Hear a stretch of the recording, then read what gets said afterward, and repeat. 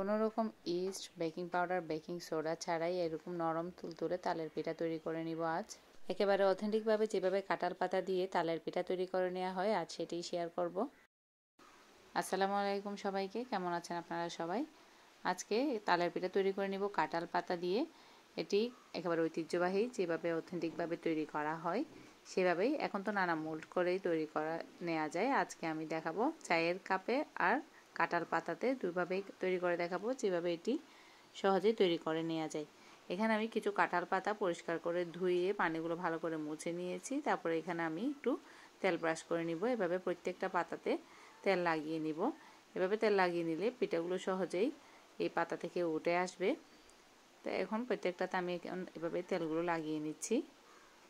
এটি এমন একটি পিঠা যেটাতে তেলের পরিমাণ একেবারেই কম লাগে, নাই বললেই চলে। আর এখানে এভাবেই আমি পাতাগুলোকে মুড়িয়ে নিয়েছি। একটা দেখলে আপনারা বুঝতে পারবেন। এভাবে এক পাশ থেকে এক ভাঁজ করে নিয়ে এখন জাস্ট যে পাশটা ভাঁজটা আছে ওখানে আমি এভাবে একটা কাঠি শলা ঢুকিয়ে দিব পিনের মতো করে। এই তো তৈরি হয়ে গেল এক একটি মোল্ড, কাঁঠাল পাতার মোল্ড। তো এই তো এখন আরও একটি করে নিচ্ছি। এভাবে খুবই সহজে এটি তৈরি করে নেওয়া যায়। একটু ভালো করে দেখলে এটা বুঝতে পারবেন। এই তো এভাবে করে আরও একটি পাতা তৈরি করে নিলাম। সব কটা পাতা এভাবে করে তৈরি করে নিয়েছি।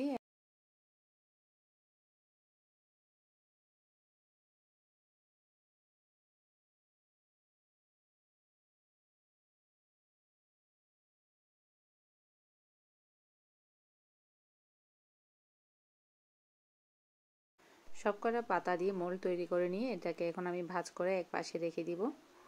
এখন এখানে আমি একটা নারকেল কেটে নিচ্ছি। আর এখানে নিয়ে নিলাম চালের গুঁড়ো। এখানে আমি প্যাকেটের চালের গুঁড়োটাই ইউজ করেছি। এখানে ছিল হাফ কেজি চালের গুঁড়ো, প্রায় 2 কাপ পরিমাণ ময়দা, আর হাফ কেজি পরিমাণ চিনি, লবণ, 3টি ডিম। চাইলে বাড়িয়ে কমিয়েও দেওয়া যেতে পারবে ডিম, যে যার যার পছন্দ মতো 4টি বা 5টি ডিমও দিতে পারবেন। আর এখানে দিয়ে দিচ্ছি এখন তালের রস। এটাকে অল্প অল্প দিয়ে আমি মেখে নিব আস্তে আস্তে হাত দিয়ে। এভাবেই অল্প অল্প করে তালের রসটা দিয়ে আলতো হাতে সব কিছু মেখে নিব।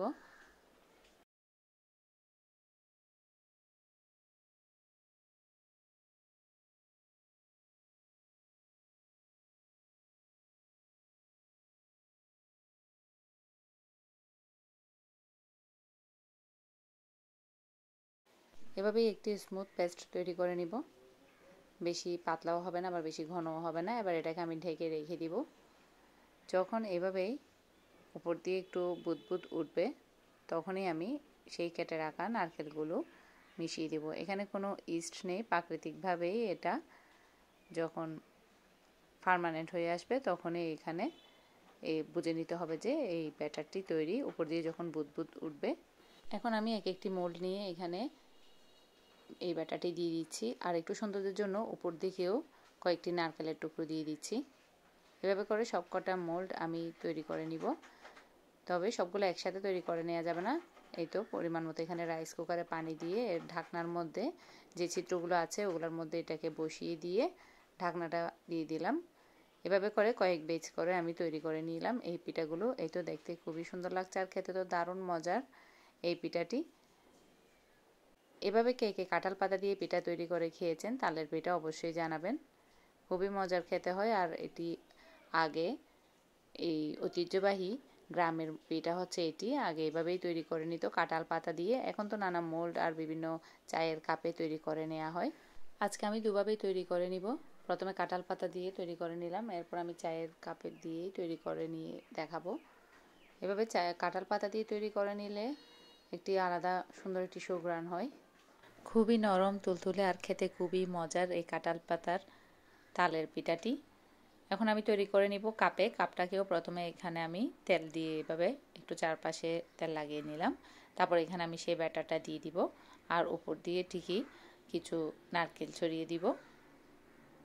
কাপ দিয়ে এভাবে পিঠা তৈরি করলে একটু সময় বেশিই লাগে, যেহেতু এটা কাপ, এটা সিদ্ধ হয়ে আসতে, এটা হতে, পিঠাটা হতে একটু সময় লাগে, খুব বেশি সময় সাপেক্ষ। তাই কাঁঠাল পাতা দিয়ে যদি পিঠাটি তৈরি করা হয় মাত্র 10 মিনিটেই এক এক ব্যাচ পিঠা তৈরি হয়ে যায়। আর একসাথে অনেকগুলো পিঠা এইভাবে তৈরি করে নেওয়া হয়। আর যেহেতু কাপ দিয়ে করা হয়, এটা মোল্ডে বসাতে গেলে, সেই রাইস কুকারের ঢাকনাতে বসাতে গেলে 4টি থেকে 5টি কাপ বসানো যায় না। এই তো আমার পিঠাটি তৈরি হয়ে গেল। কাপ দিয়ে করার কারণে এই পিঠাটি অনেকক্ষণ লেগেছে তৈরি হতে। এই তো এখন সবগুলো পিঠে এভাবেই সাথে সাথে উঠে আসছে, যেহেতু এখানে তেল ব্রাশ করে দিয়েছিলাম। আর এই তো দেখতেও খুবই সুন্দর, একেবারে প্যানকেকের মতো। আজকের রেসিপিটি আপনাদের কেমন লেগেছে অবশ্যই জানাবেন। আল্লাহ হাফেজ।